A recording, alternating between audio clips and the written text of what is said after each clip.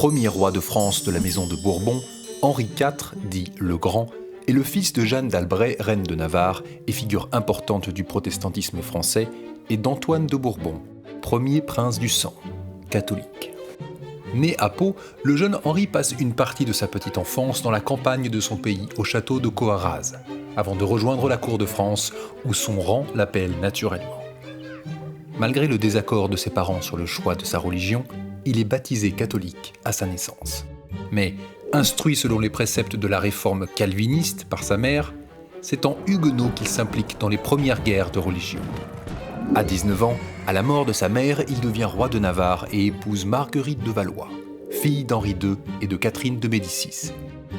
Ce mariage politique est censé favoriser la réconciliation entre catholiques et protestants. Ambition anéantie 6 jours plus tard par le massacre de la Saint-Barthélemy, après lequel Henri de Navarre est contraint d'abjurer. L'avènement d'Henri IV au trône de France survient après l'assassinat d'Henri III, dernier souverain valois.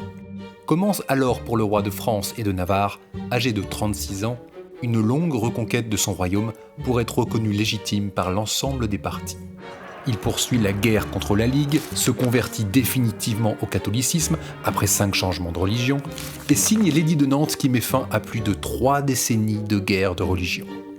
Chef de guerre solide et humain, il aurait lancé ces mots célèbres la veille de la bataille d'Ivry, livrée contre les ligueurs et les Espagnols. « Si vos cornettes vous manquent, ralliez-vous à mon panache blanc. Vous le trouverez au chemin de la victoire et de l'honneur. » Son union avec Marguerite de France, entachée par quelques aventures et surtout demeurée stérile, est finalement annulée, ce qui lui permet de conclure un nouveau mariage l'année suivante avec Marie de Médicis, fille du grand-duc de Toscane.